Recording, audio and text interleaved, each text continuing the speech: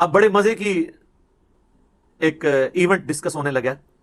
کلما دخل علیہا زکریا المحراب، جب کبھی بھی زکریا علیہ السلام محراب میں داخل ہوتے، یعنی وہ ایک محراب نما حجرہ بنا تھا جہاں حضرت مریم عبادت کرتی تھی، تو ان کے ٹیچر کے طور پر یہ خالو بھی لگتے تھے اور ایج ڈیفرنس بھی بہت زیادہ تھا اور پیغمبر بھی. جب کبھی وہ داخل ہوتے محراب میں، وجد عندہا رزقا، تو وہاں پہ وہ رزق پاتے. اللہ اکبر. وہ رزق ایک غیر معمولی رزق، یہ نہیں کہ کوئی آ کے نذرانہ چڑھا کے چلا جاتا تھا، ورنہ تو زکریا کو پتا ہوتا کہ یار یہ تو فلاں دے گیا ہے. بے موسمی پھل بھی ہوتے، موسم والے بھی، بڑے زبردست قسم کا فروٹ جو لگتا نہیں تھا کہ وہ قریب سے آ سکتا ہے. تو حضرت زکریا علیہ السلام نے ان سے پوچھا، قال یا مریم انا لکی ھذا، اے مریم یہ کہاں سے تیرے لیے یہ اتنا فروٹ آ جاتا ہے، ایسا رزق آ جاتا ہے. آپ ذرا پیری مریدی کے رشتے میں ذرا دیکھیں اس کو. پیر ہیں حضرت زکریا، اور دنیا کے بنائے ہوئے پیر نہیں، اللہ کے بنائے ہوئے پیغمبر، اور شاگرد بھی کوئی عام نہیں ہے، سیدہ مریم ہے. اور پیر اپنے مرید سے، مریدنی سے یا اپنے اسٹوڈنٹ سے پوچھ رہا ہے کہ یہ تیرے اوپر جو اتنا فضل و کرم ہے، خاص بے موسمی پھل ہیں، یہ کہاں سے آ گئے؟ آپ کے پاکستان کے مرید ہوتے تو کہتے ہیں حضور تہاڈی نگاہ مرشد ہے. ہاں، کیونکہ یہ تصوف کی لائن میں اللہ کا نام یوز ہوتا ہے، باقی فنا فی شیخ میں ہی ختم ہو جاتا ہے بندہ، فنا فی اللہ تک نہیں پہنچتا. قرآن میں تو فنا فی شیخ کا کوئی تعلق ہی نہیں قرآن کے ساتھ.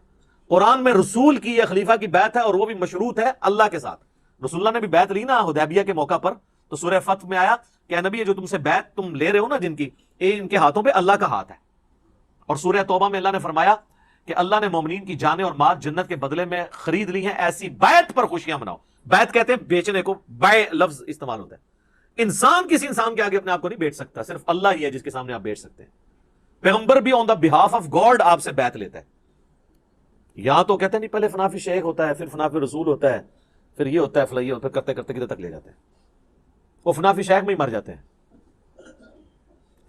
تو یہاں پہ شیخ پوچھ رہا ہے تو وہ مرید یہ نہیں کہہ رہا کہ حضور نگاہ مرشد ہے، حضور آپ کی ساری برکتیں ہیں، آپ کی فیض ہے.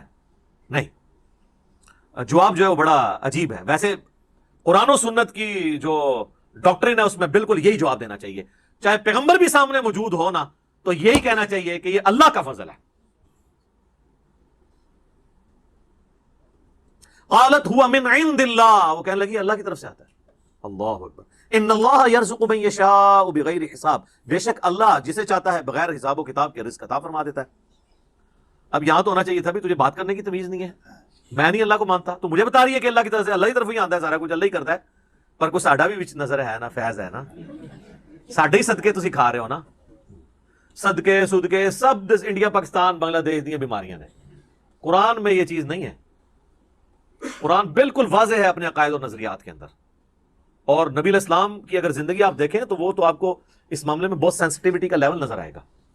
صحیح مسلم میں حدیث ہے، کتاب الجمعہ چیپٹر میں، جمعے والے چیپٹر میں، نبی علیہ السلام کے سامنے ایک صحابی نے خطبہ دیتے ہوئے کہا،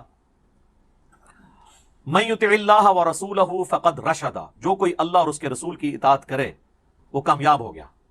ومن یعصہما فقد غوی، اور جس نے ان دونوں کی نافرمانی کی وہ گمراہ ہو گیا.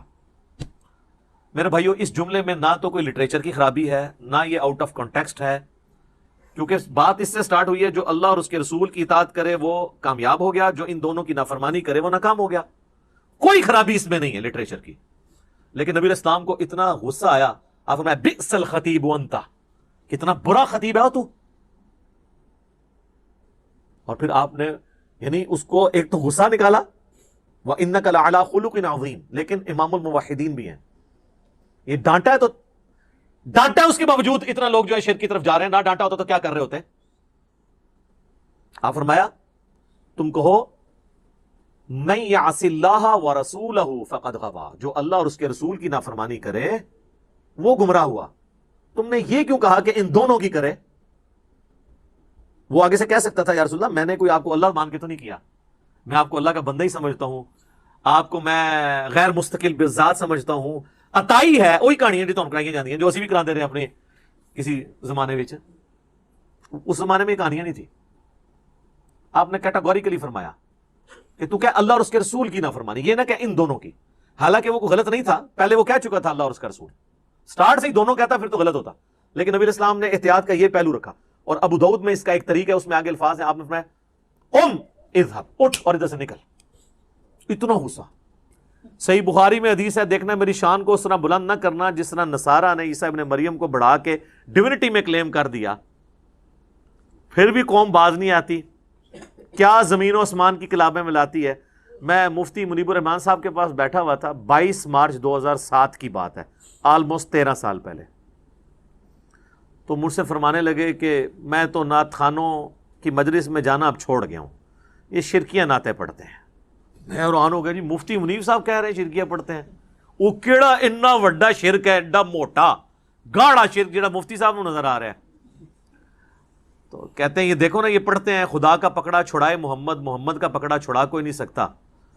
تو ان کو شرم نہیں آتی ہے, یہ شان الوہیت اور شان رسالت کا مقابلہ کرواتے ہیں. الفاظ دیکھیں, یہ کیا رسول اللہ یہ بات سن سکتے ہیں کہ خدا کا پکڑا چھڑائے محمد, محمد کا پکڑا چھڑا کوئی نہیں سکتا. اسی لیے قرآن میں بار بار ہے شفاعت بھی اللہ کی ہے. من ذا الذی یشفع عندہ الا باذنہ, دھونس نہیں ہے, بالاذن ہے.